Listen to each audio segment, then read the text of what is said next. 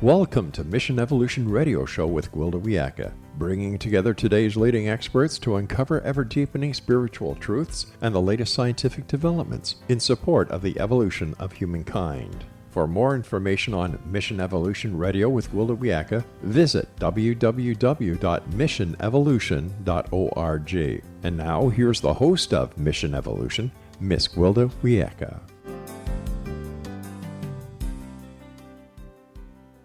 Hello, dear friends, and welcome to Mission Evolution Radio Show, where we share innovative thoughts and explore deepening truth in support of the path to unity and enlightenment. I'm your host, Gwilda Wiyaka. This hour, we'll be looking at toxicity, a major block to evolution. Spiritual evolution is dependent upon a number of factors, all relating to frequency. The first factor is the ambient frequency bathing the planet from galactic influences. Ambient frequencies vary according to where we are astrologically and astronomically cycles in our relative positioning in the galaxy. According to Russian scientist Dr. Dmitriev, we're currently in an area of the galaxy containing highly charged particles. These particles are bombarding the leading edge of the sun's heliosphere, causing more plasma to form. The increase of plasma is bathing interplanetary space with more luminosity, thus raising the ambient frequency. This offers a unique opportunity to evolve. The next factor is a human's ability to channel these frequencies through their system in order to take advantage of the opportunity and evolve to a more enlightened state. This must take place on all four levels: physical, emotional, mental, and spiritual. The greatest block to channeling frequency is toxicity on all four of these levels. Physically, we become very toxic due to the increasingly polluted environment. Our emotions have become bogged down with blocked, unexpressed feelings. Our mental capacity is compromised with false or limiting beliefs, and our spiritual realm has become disconnected due to the inability on the other three levels to channel the frequency needed in order to connect to all that is.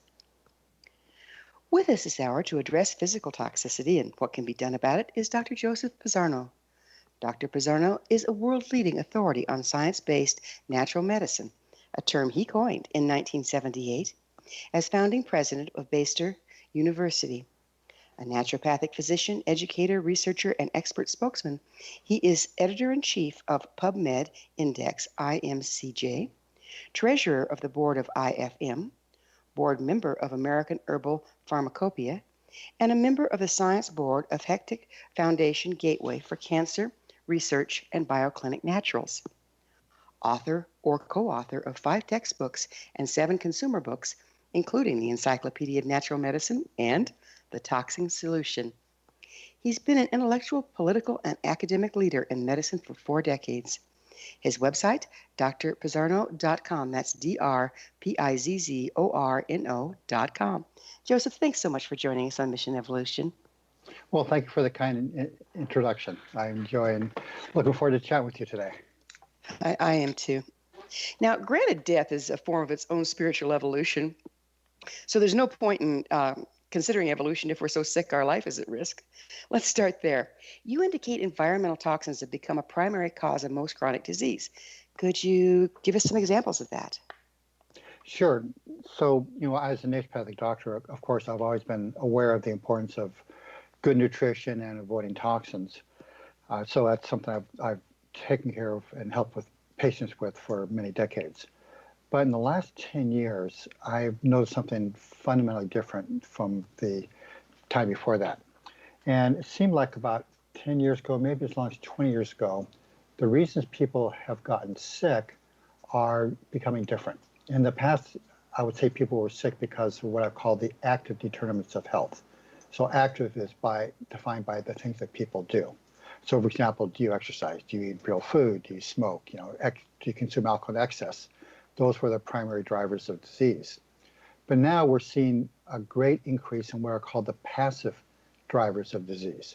So that is what is happening in our environment and our food supply that may be imperiling our health without us making conscious choices. So there's 2 areas of grave concern. Number one is our food supply. If you look at the trace mineral content of food now compared to just 50 years ago, I bet it'd be worse if we compared to 100 years ago, but we don't have the data from 100 years ago. But just in the last 50 years, the trace mineral content of our food has decreased 50 to 75%. Isn't And that that's from is that from over farming? yes, combination of overfarming, using synthetic fertilizers that provide nitrogen and phosphorus but don't provide trace minerals, and also from choosing cultivars that produce bigger, faster food so that the food is big but it's diluted, so the nutrient content is actually more limited. So it's polluted and it can't take up the minerals that are even present? So that's a somewhat different question, and we can get to that. But it turns out that it appears that one of the reasons why herbicides like glyphosates are problematic is that it may cause it to be more difficult for the plants to absorb trace minerals. So that may be part of the reason why we have the drop. So there's lots of reasons. So of course, without trace minerals, our bodies can't work very well because our bodies are enzyme machines, and those enzymes require trace minerals. But there's an even bigger problem, and that is the body load of environmental toxins has gotten much, much higher. And that I was re-brought to this when I started looking at diabetes. So I was in naturopathic medical school half a century ago. Diabetes was rare. It affected less than 1% of the population. And now it's 20 times more common. What happened? So I started looking at the research around diabetes. And of course, the first thing that pops up is people who are obese have way more diabetes than people who are not obese. And everybody knows that. If you're obese, you can dramatically increase the risk of diabetes. But then I saw a study done by a researcher out of South Korea. Her name is Ducky Lee. And she pointed out that obese people in the bottom 10% of body load of environmental toxins have no increased risk for diabetes. I said, well, wait a minute. I'm sorry, would you mind clarifying the Yes. bioload of neurotoxins? What are you talking about there? Okay, so if you look at the amount of metals and chemicals in the body that are non-nutritious, for example, lead is non-nutritious mineral in our body, whereas, of course, iron is a critical mineral in our body.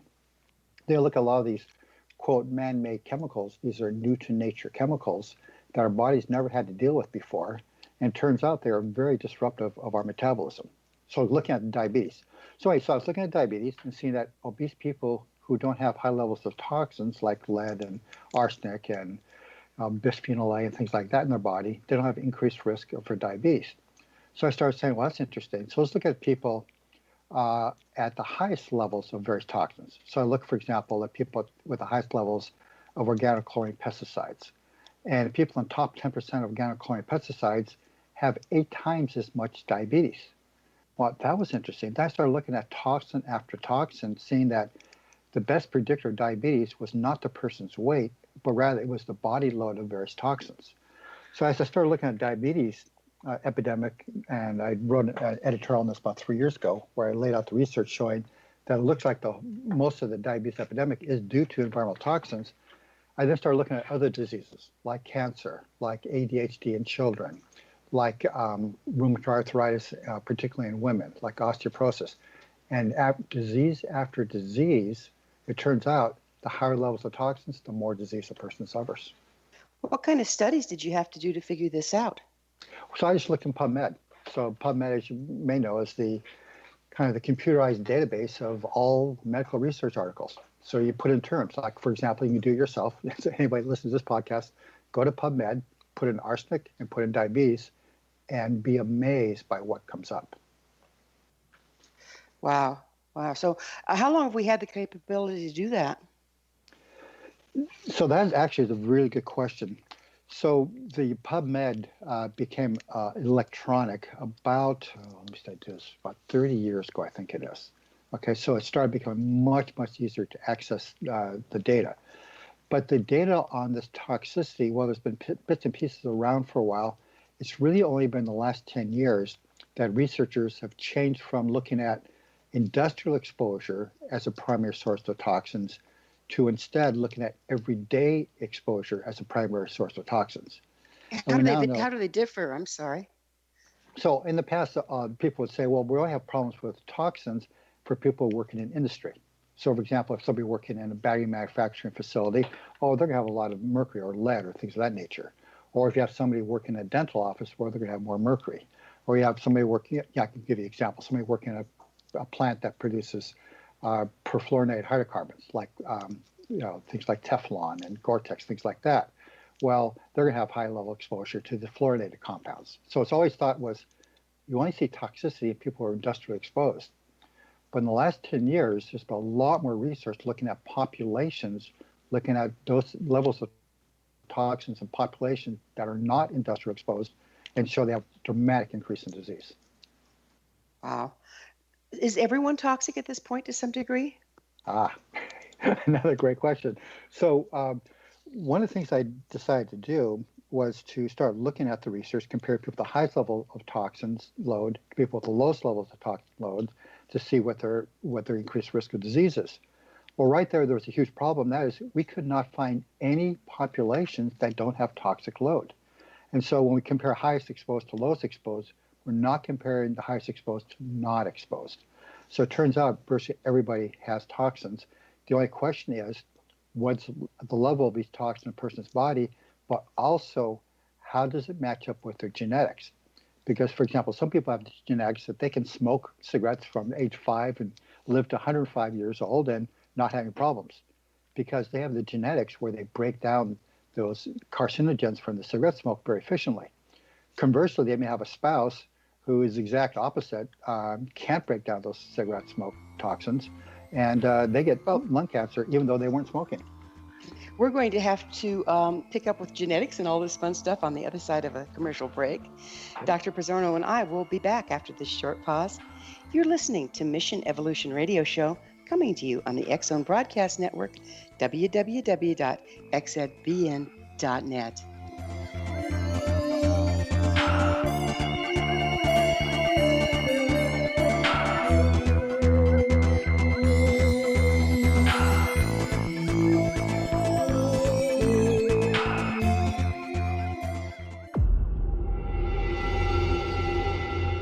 Whether you're a skeptic or a believer, join me, Rob McConnell, as together we'll investigate the world of the paranormal and the science of parapsychology here on the X-Zone Radio TV show on XZBN and the X-Zone TV channel on Simul TV.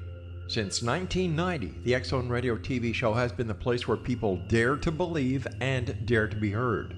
Together, we'll investigate UFOs, aliens, ghosts, Bigfoot, psychic phenomenon, lake monsters, conspiracy theories, government cover-ups, the truth embargo, alien abductions, ESP, haunted locations from around the world, and so much more. With over 28 years of broadcasting and more than 4,500 individual guests, the X-Zone is truly a place where fact is fiction and fiction is reality, as evidenced by the credibility, integrity, and professionalism of the guests that we bring to our international audience. If you have seen a UFO, had a close encounter, seen a ghost, Bigfoot, lake monster, or a story that you would like to share or have investigated, contact me, Rob McConnell, by sending me your email to xzone@xzoneradiotv.com, or you can call toll-free 1-800-610-7035, extension 143, and on Skype, X-Zone Radio TV. For more information on the X-Zone Radio TV show with yours truly, Rob McConnell, visit www.xzoneradiotv.com or www.xzonetvchannel.com or simultv.com and xzbn.net. Until next we meet here in the X-Zone from our broadcast center and studios in Hamilton, Ontario, Canada, always remember, X-Zone Nation, keep your eyes to the sky and your heart in the light.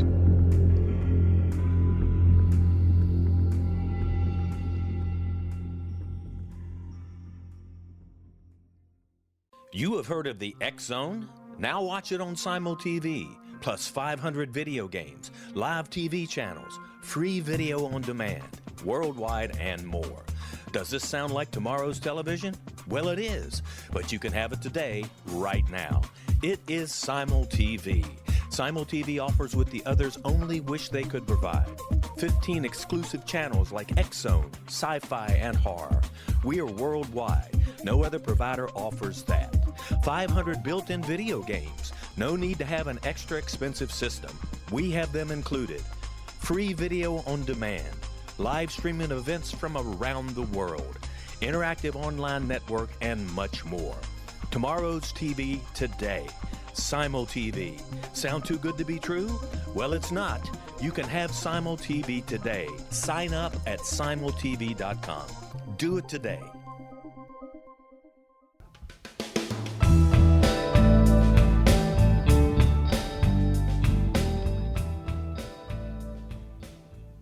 Welcome back. This is Mission Evolution Radio, dedicated to unification and evolution of consciousness.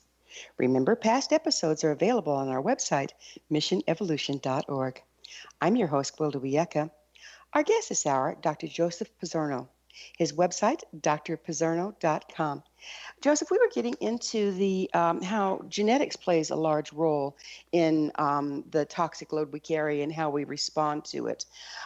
Does also what we grew up eating and what we grew up exposed to make a difference? Because I've certainly noticed that our older folk tend to live longer than our younger folk.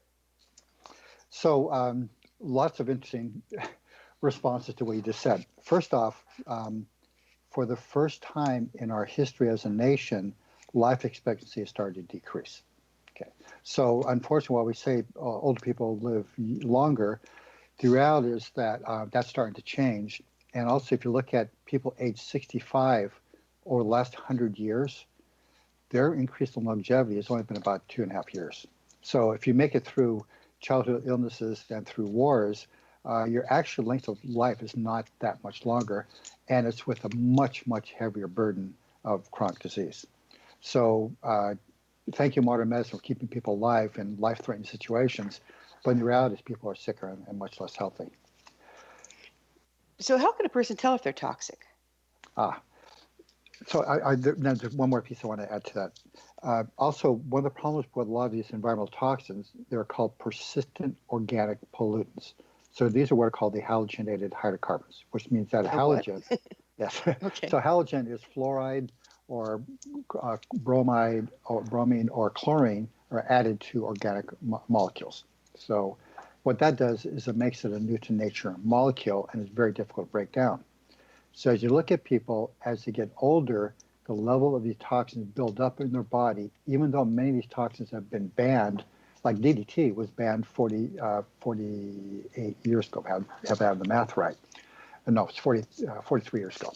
Anyway, so it was banned 43 years ago, but because it's persistent organic, which means it's hard to break down, as people get older, the levels in their body go up. And the same thing with lead. So for example, as we grew up, before we stopped putting lead into gasoline, people grew up in that era have a lot of lead exposure went into the bones. Then when people get into their 50s and start going through menopause and or andropause, they typically lose bone. As they lose bone, those metals start leaking into circulation. So people let get me older. understand. Let me understand. If you're saying lose bone, that means that you're kind of reabsorbing it, breaking it down and reabsorbing it. Yes, right. So, but you're losing it more quickly than you're rebuilding it. So because you're losing it more quickly, rebuilding it, there's more of the lead coming out in the circulation, which is causing problems for people. Yeah, lead can be pretty nasty, I understand. Yes. So you might say, well, how do you determine if you're toxic? So first off, if you're living in a city, and if you're eating conventionally grown foods, and if you are using standard health and beauty aids, and if you're using standard cookware, you are toxic, okay? Because all those things are contaminated. So if you live in the city, you're getting more of what are called particulate matter. Now that you see that diesel truck going down the road and you see that blue-black smoke coming out, you look at that and say, well, that can't be good. Well, it's not good, okay? And for example, if a person lives within 100 feet of a major road, they have a 50% increased risk of a heart attack. If they live within 100 yards, football field of a major road, they have a 15% increased risk of a heart attack from those diesel fumes.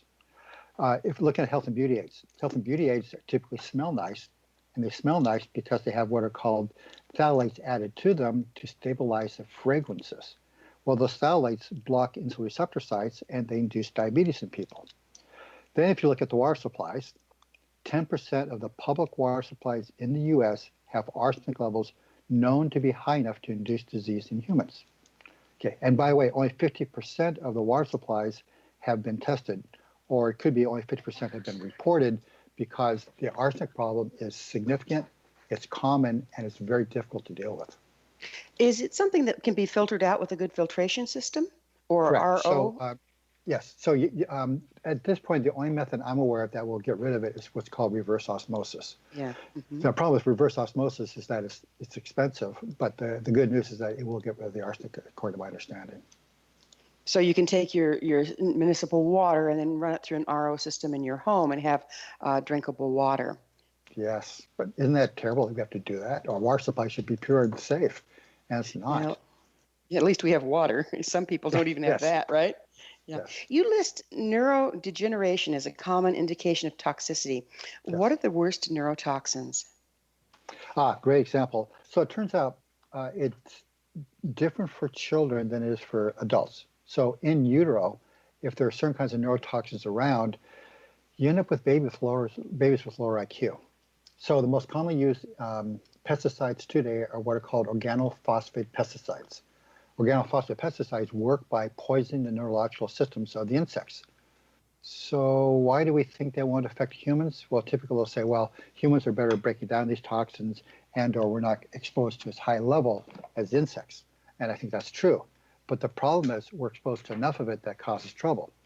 So if you look at babies born to women in the top 10% organophosphate pesticide body load compared to babies born to women with the bottom 10%, these children have a 7-point lower IQ even after you iron out all the socioeconomic differences with statistics.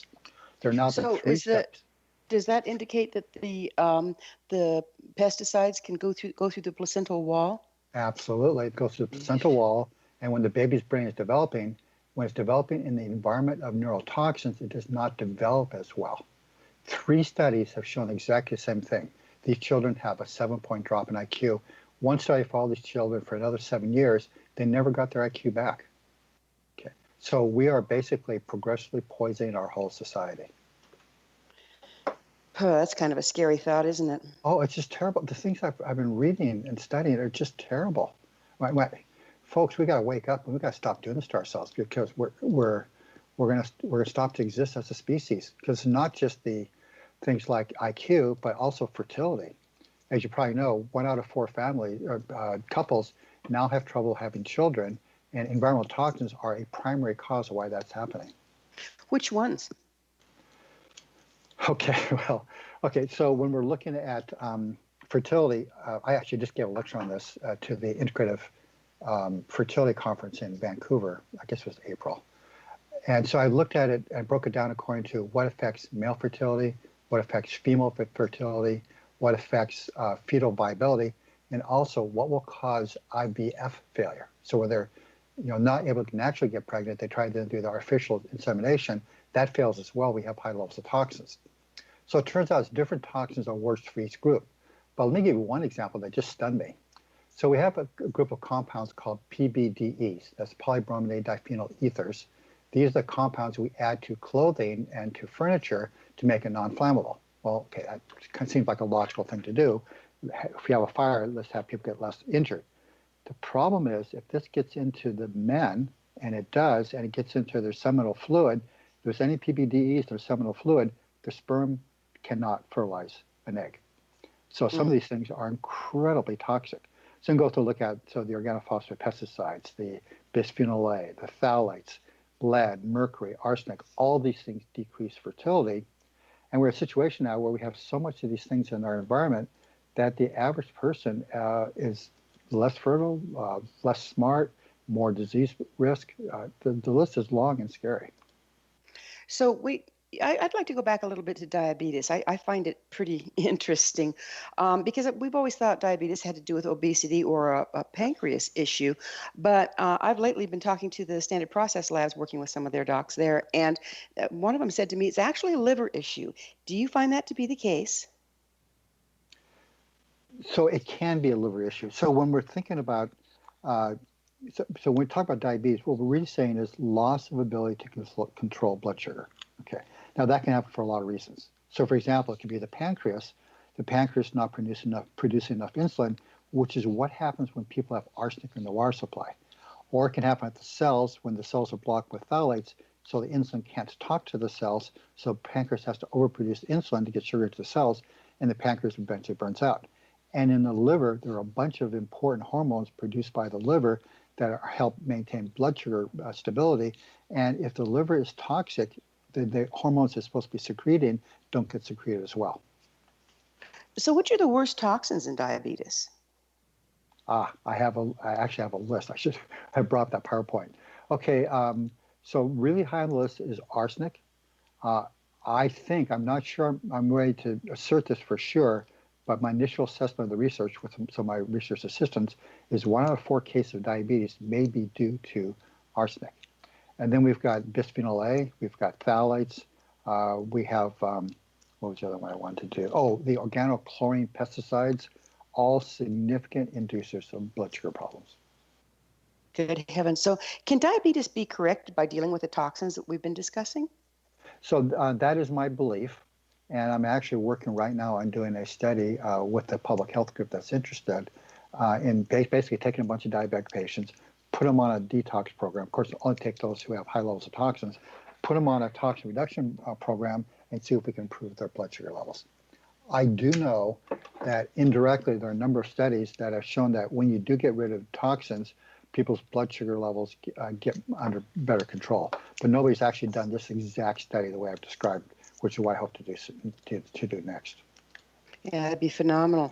Well, we're going to have to take another break. On the other side, I'd like to get into, okay, so we're toxic, we've named the problem. What do we do about it? So it is time for another short pause. Dr. Pizzorno and I will return to our discussion on the other side of this break, so you stay right there. This is the Mission Evolution Radio Show on the X-Zone Broadcast Network, www.xzbn.net.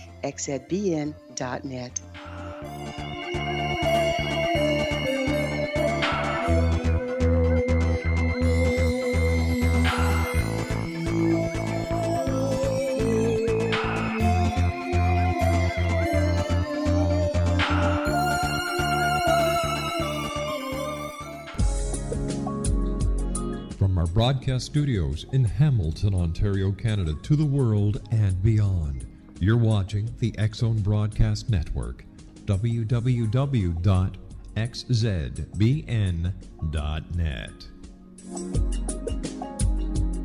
AVS Media Den. You have heard of the X-Zone? Now watch it on Simul TV, plus 500 video games, live TV channels, free video on demand, worldwide, and more. Does this sound like tomorrow's television? Well, it is, but you can have it today, right now. It is Simul TV. Simul TV offers what the others only wish they could provide.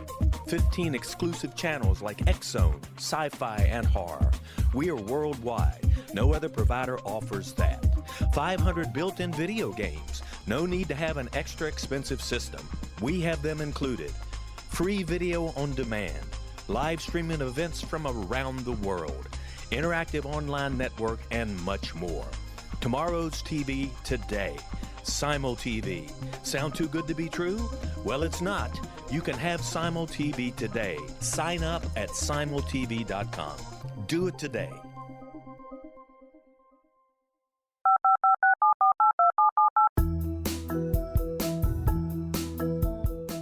Did you know that when you're on the road with limited data or Wi-Fi, you can still listen to the X-Zone Radio Show with Rob McConnell, The Science of Magic with Gwilda Wiyaka, X-1, Dimension X, Space Patrol, and every minute of the X-Zone Broadcast Network by calling 213-401-0080, courtesy of Audio Now. No smartphone, app, or internet needed. It saves your data plan and it's free if you have unlimited minutes. Call 213-401-0080 to listen on any phone, anytime, anywhere. Remember 213-401-0080 for the best of the paranormal, parapsychology, and sci-fi radio programming anywhere, 24/7, 365.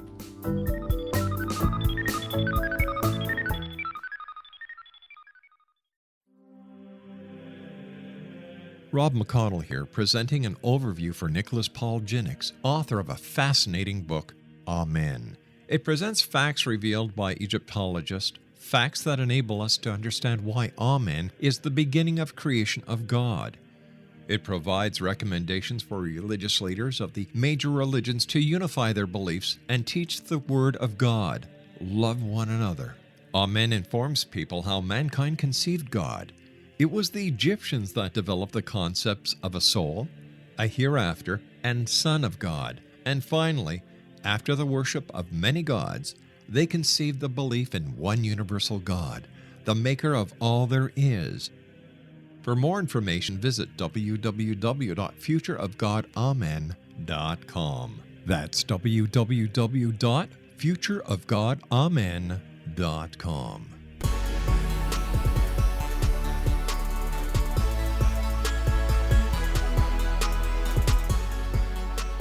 Welcome back. This is the Mission Evolution Radio Show, www.missionevolution.org, bringing the latest tools and information to support the path to enlightenment. I'm your host, Gwilda Wiyaka. Our guest this hour is Dr. Joseph Pizzorno. His website, drpizzorno.com. That's DRPIZZORNO.com. Before we get into what we can do about toxicity, I have a few more questions about it. You list neurodegeneration as a common indication of toxicity. What diseases are considered neurodegenerative? So that's kind of a broad term. So dementia, Alzheimer's disease, amyotrophic lateral sclerosis, also known as Lou Gehrig disease, Parkinson's disease. So all these diseases of brain dysfunction, typically seen as people get older, are indicative of brain degeneration. So does that include neurological dysfunction as well, the nerves and everything? Yes, I would take a pretty broad perspective on this and include everything.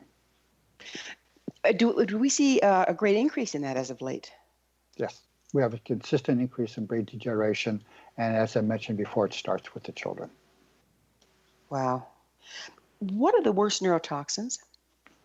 So with children, as I said before, I would say organophosphates are the worst. For adults, it seems to be a little bit different, and the research is unclear at this point. But I'll tell you my own experience in dealing with older people having early dementia. I have found elevated levels of mercury and lead very, very common. So they got the lead from basically growing up with lead being the gasoline, and they typically got the mercury from having a mouthful of silver fillings, so-called silver fillings. They're actually 55% mercury. That mercury leaks into the body. So it gets stored in the bone, and then when the bone starts breaking down too quickly, not being regenerated, then you get more mercury and lead being released into the body, it appears.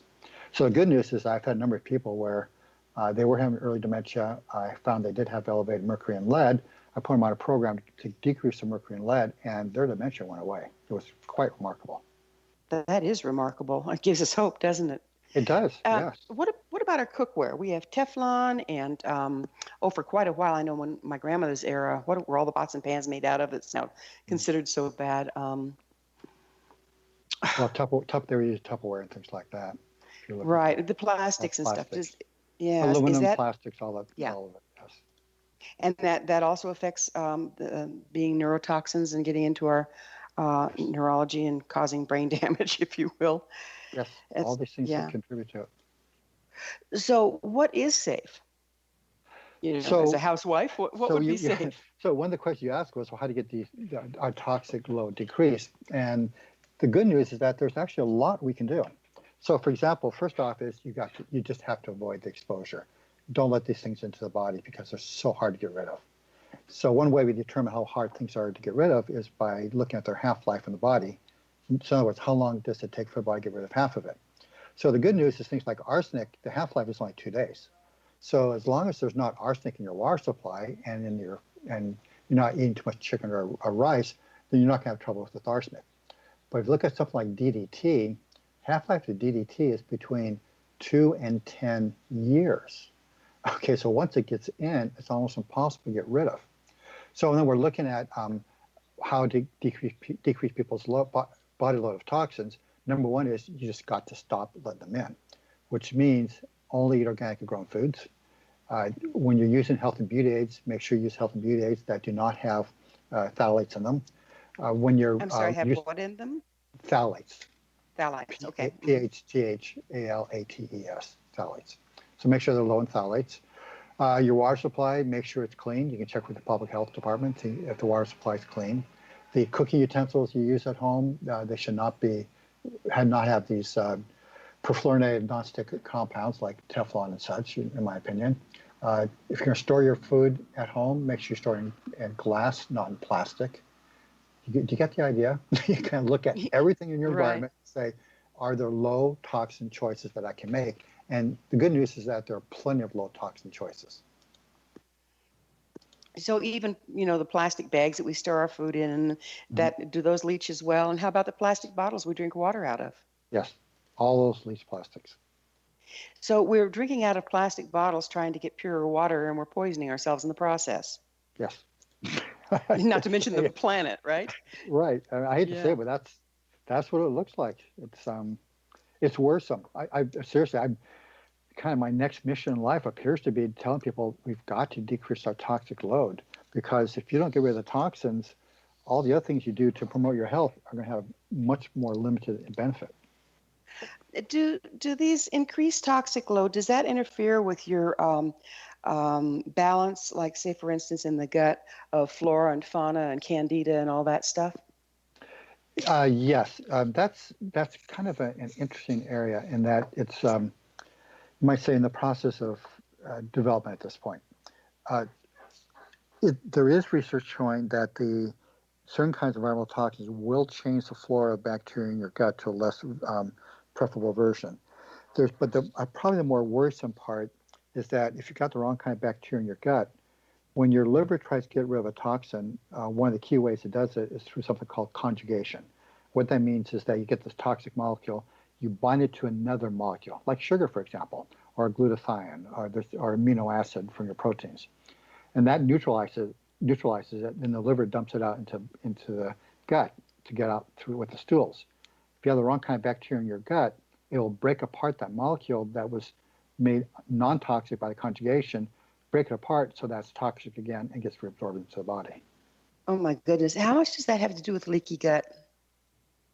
Definitely contributes to leaky gut, no question about it. One thing that I hear over and over and over again is you've got to deal with the gut issues before anything else can work. Are you of that mind, and how do you do that? So my newest book for consumers is called The Toxin Solution. And I say to people, the whole idea about doing detoxification has become very popular, but you don't want to do a detoxification protocol until your body is ready for it. And so I say to get your body ready for it, you've got to clean up your gut, you've got to clean up your liver, you've got to clean up your kidneys. And once those are functioning the way they're supposed to, now you can go on a detox program. And as you said, it all starts with the gut. So how do you address the gut to start out with? The approach I take is multifactorial, and that is, first off, I want to make sure that we don't have any bad bacteria in the gut. So the way I get rid of the bad bacteria in the gut is by giving people golden seal. So golden seal is an herb that's been used for a long time for infections. And what's interesting about golden seal is that it kills off the toxic bacteria like Clostridia and such, but it leaves a good lactobacilli alone. So I kill off the toxic bacteria. Now, while doing that, I also make sure they take a lot of fiber, because as you kill off the toxic bacteria, they're releasing all their poisons into your bloodstream. So you want to make sure you're absorbing them with fiber and things like that, so you don't get absorbed into the body. Then we want to reseed with healthy bacteria, probiotics, broad-strain probiotics. We also want to give them prebiotics, which are foods that the healthy bacteria prefer to eat. And then finally, we want to use nutrients to promote the regeneration of the gut. So supplements like glutamine will help promote regeneration of the gut. Fiber, what are called medium chain fatty acids, all these things will promote regeneration of the gut. So it sounds like this could be a fairly, you could go into a healing crisis if you start trying to detox when you don't know what you're doing. Do you recommend that people are under the care of a doctor while they do this? So it depends. If a person is pretty sick and pretty toxic, you should go to somebody who knows what they're doing, because if you get things going, you might say have your tissue start releasing toxins before you're able to get rid of them, you're likely to really run into some pretty significant trouble. Okay, so yes, for somebody like that, you must work with somebody who knows what they're doing. Now, having said that, it's also, if you have people who are not so toxic, then they can just read my book and follow the directions there. You mentioned foods that were probiotic, that gave the good bugs something to grow in. What Yes. ones are those? So Jerusalem artichokes, for example, is a good source. Your whole grains are a good source, except wheat. I don't recommend wheat for most people. So anything with what are called fructooligosaccharides will help out. Now, there are some people who have something that's called SIBO, or small bowel bacterial overgrowth. They have to be careful about using these things. So if they get a lot of gas after using these prebiotics, then they have to work on clean up their gut a little more first. Got it. So you have to put everything in order, huh? Yes, exactly. Yeah. How can you tell if your intestines are out of balance as far as the candida overgrowth and parasites and toxicity and all that fun stuff? Well, let me give you a general term first. Old-time naturopathic adage, disease begins in the gut. Okay, so if you're sick, if you're chronically sick, you probably have a bad gut. I'll just be blunt about it. I've tested so many people to check out the status of the gut, and I will say to you very clearly, a toxic gut is extremely common. So right there, number one is you got to clean up the gut. How do you test for that? My favorite method is a test called the Obermeyer test, also known as the Inkin test. So it's a pretty cool test. I used to do this in my office all the time with my patients, way back when I was in primary practice, primary care. And you take up some of the person's urine, you mix up with the chemicals in this little kit called the Obermeyer kit, and it turns bright blue in proportion to the level of toxins in the gut. Then as you put a person on a detox program, you know it works because the urine gets clearer and clearer to when the gut is totally clean, the urine test is now totally clear. Oh, Quite fantastic. effective. Well, we'll need to take another break here. Dr. Pizzorno and I will be back shortly, so don't you dare go away. You're listening to the Mission Evolution Radio Show on the X Zone Broadcast Network, www.xzbn.net.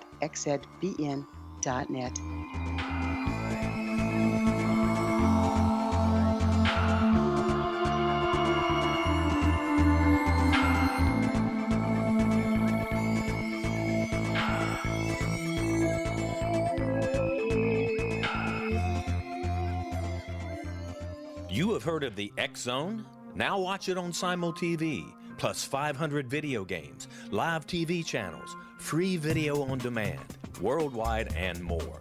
Does this sound like tomorrow's television? Well, it is, but you can have it today, right now. It is Simul TV. Simul TV offers what the others only wish they could provide. 15 exclusive channels like X Zone, sci-fi, and horror. We are worldwide. No other provider offers that. 500 built-in video games. No need to have an extra expensive system. We have them included. Free video on demand. Live streaming events from around the world. Interactive online network, and much more. Tomorrow's TV today. Simul TV. Sound too good to be true? Well, it's not. You can have Simul TV today. Sign up at simultv.com. Do it today.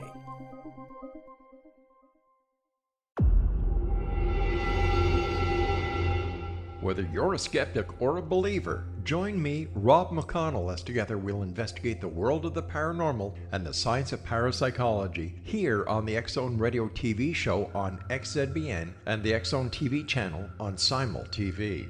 Since 1990, the X Zone Radio TV show has been the place where people dare to believe and dare to be heard. Together, we'll investigate UFOs, aliens, ghosts, Bigfoot, psychic phenomenon, lake monsters, conspiracy theories, government cover-ups, the truth embargo, alien abductions, ESP, haunted locations from around the world, and so much more. With over 28 years of broadcasting and more than 4,500 individual guests, the X Zone is truly a place where fact is fiction and fiction is reality, as evidenced by the credibility, integrity, and professionalism of the guests that we bring to our international audience. If you have seen a UFO, had a close encounter, seen a ghost, Bigfoot, lake monster, or a story that you would like to share or have investigated, contact me, Rob McConnell, by sending me your email to xzone@xzoneradiotv.com, or you can call toll-free 1-800-610 7035 extension 143 and on Skype, X-Zone Radio TV. For more information on the X-Zone Radio TV show with yours truly, Rob McConnell, visit www.xzoneradiotv.com or www.xzonetvchannel.com or simultv.com and xzbn.net. Until next we meet here in the X-Zone from our broadcast center and studios in Hamilton, Ontario, Canada, always remember, X-Zone Nation, keep your eyes to the sky and your heart in the light.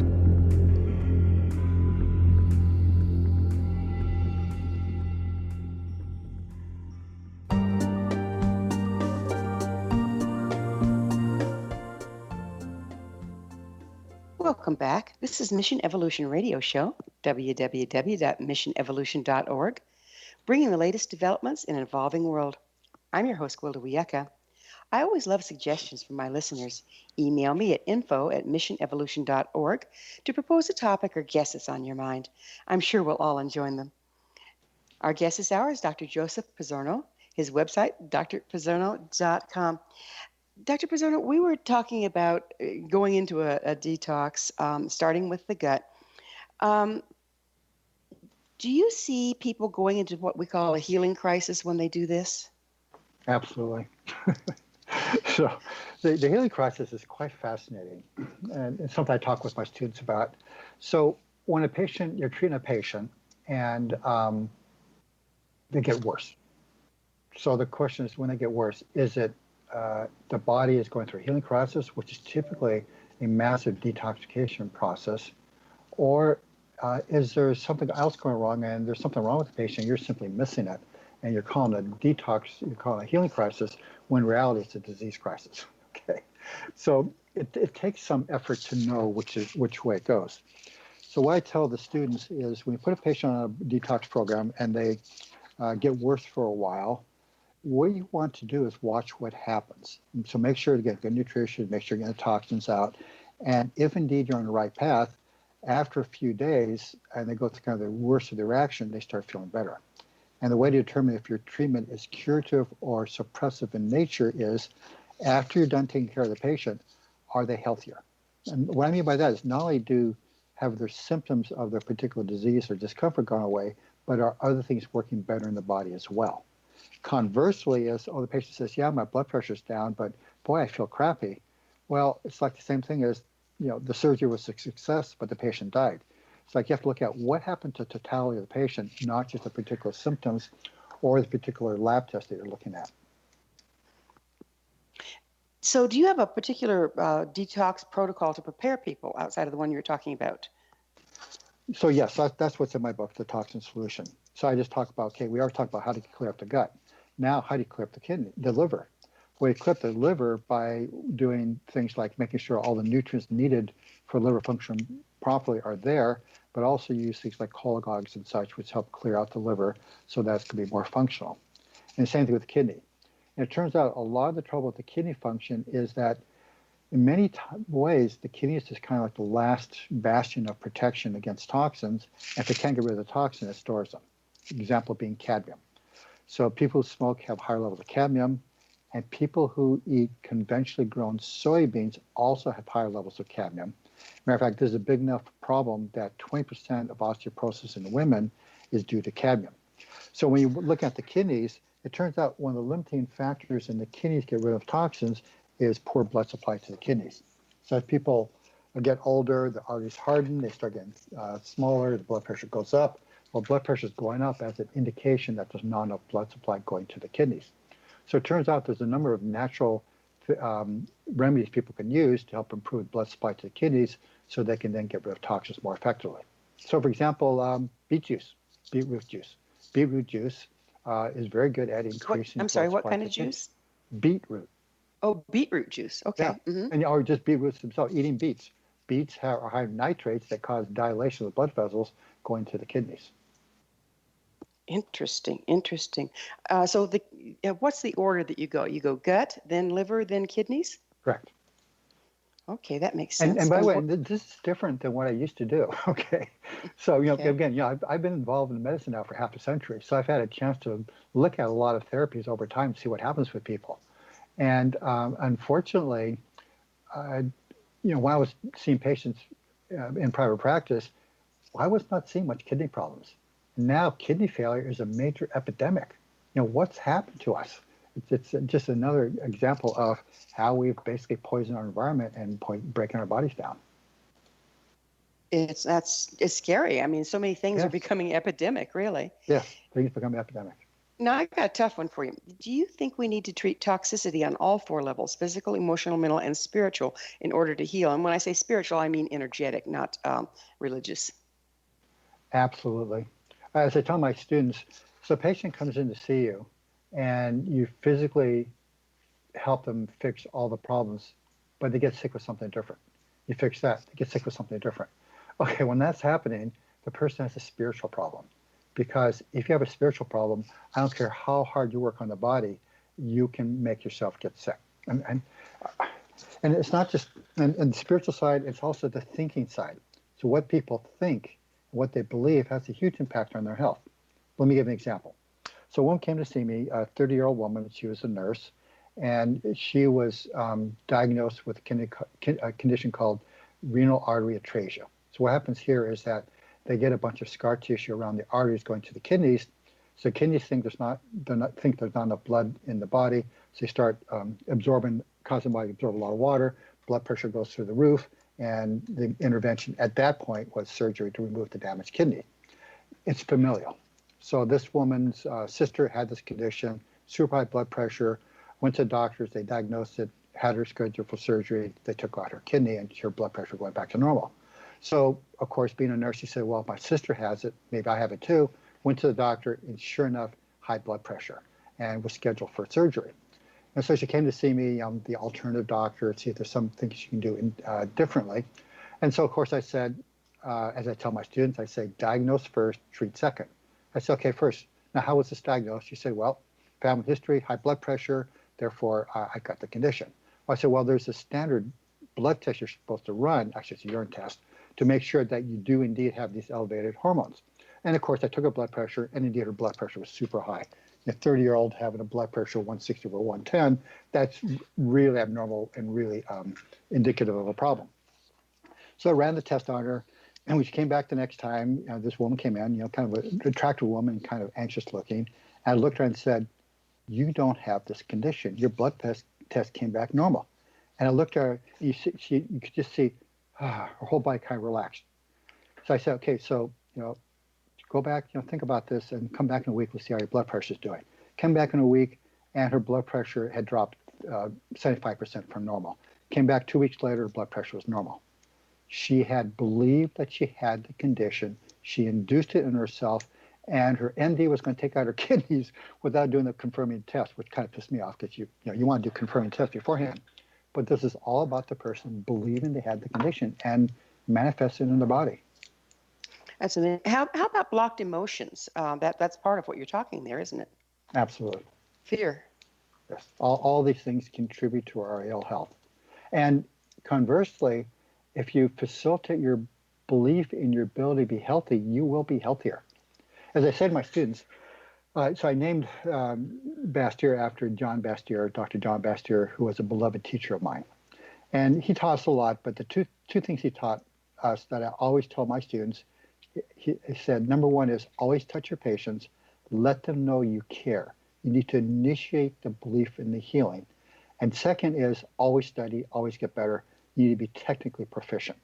So Dr. Bastyr was really effective with his patients because not only did he diagnose and treat well, but he restored people's belief in their ability to become healthy.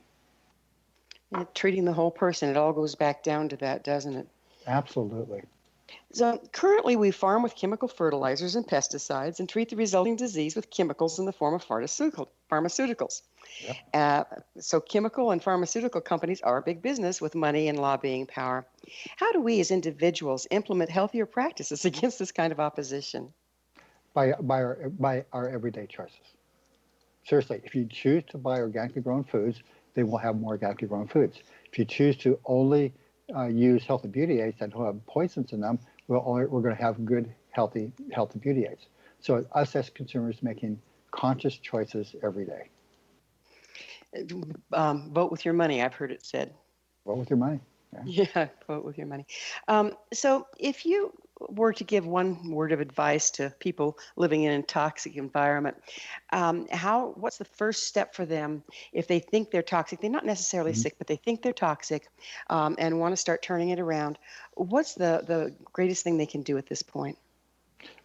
Eat organically grown food. You want to start right there. Just eat organically grown food. How about GMOs? We haven't talked about those. A little more complex. So the thing about GMOs, so remember, it's not throw out the baby with the bathwater. So the advantage of the GMOs is that it allows us to grow more food per acre, and that's fine. But the problem is that typically the GMOs were designed to be resistant to glyphosate, and glyphosate is a herbicide that's sprayed on the fields to keep the weeds down. Well, the problem is if you make them resistant to glyphosate, then they use more glyphosate on the fields. And that glyphosate brings with it other toxins, so food that is GMO is more likely to be toxic. Now, I know people are concerned about Frankenstein foods because these weird genetics of the GMOs, and there may be a problem there, I don't know. I'm far more concerned that these GMOs allow a lot more toxic chemicals to be sprayed on the food, and I think that's where the biggest problem is. Well, they have GMOs in some organic foods, don't they? Not supposed to. There you go. There's the key right there. Not supposed to. Well, it's hard to believe, Joseph, but we're already out of time. Thank you so much for coming on the show and all the wonderful work you do in the world. Well, thank you for the invitation, and thank you for what you do as well. I think your message is important. I hope people are listening. Thank you so much. Our guest this hour has been world-leading authority on science-based natural medicine and author of The Toxin Solution, Dr. Joseph Pizzorno. His website, drpizzorno.com. Remember to join our email family to stay abreast of all the exciting new things we have coming up at missionevolution.org. This has been Mission Evolution Radio Show with Gwilda Wiyaka on the X Zone Broad Network, www.xzbn.net. Join us next time as the mission continues, bringing information, resources, and support to an evolving world.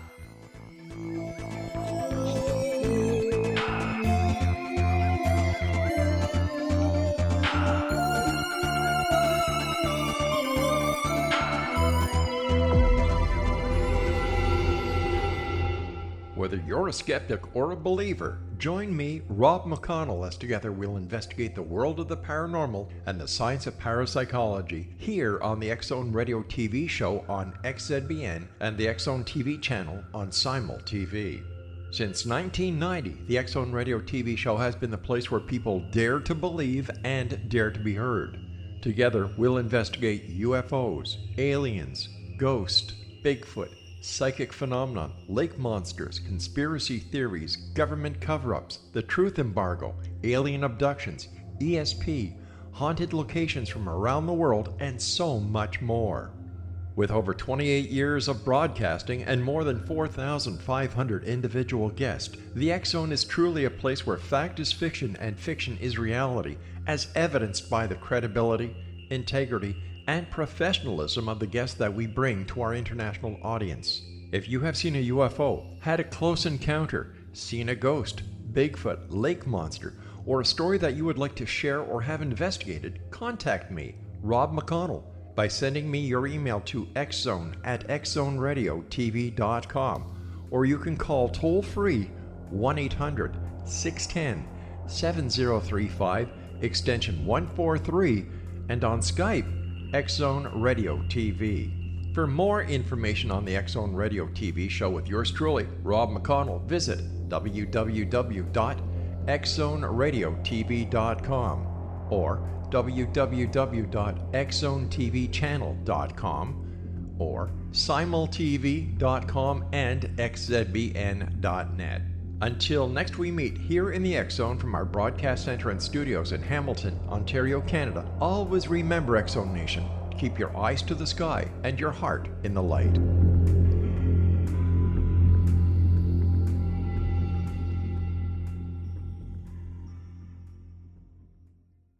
You have heard of the X Zone?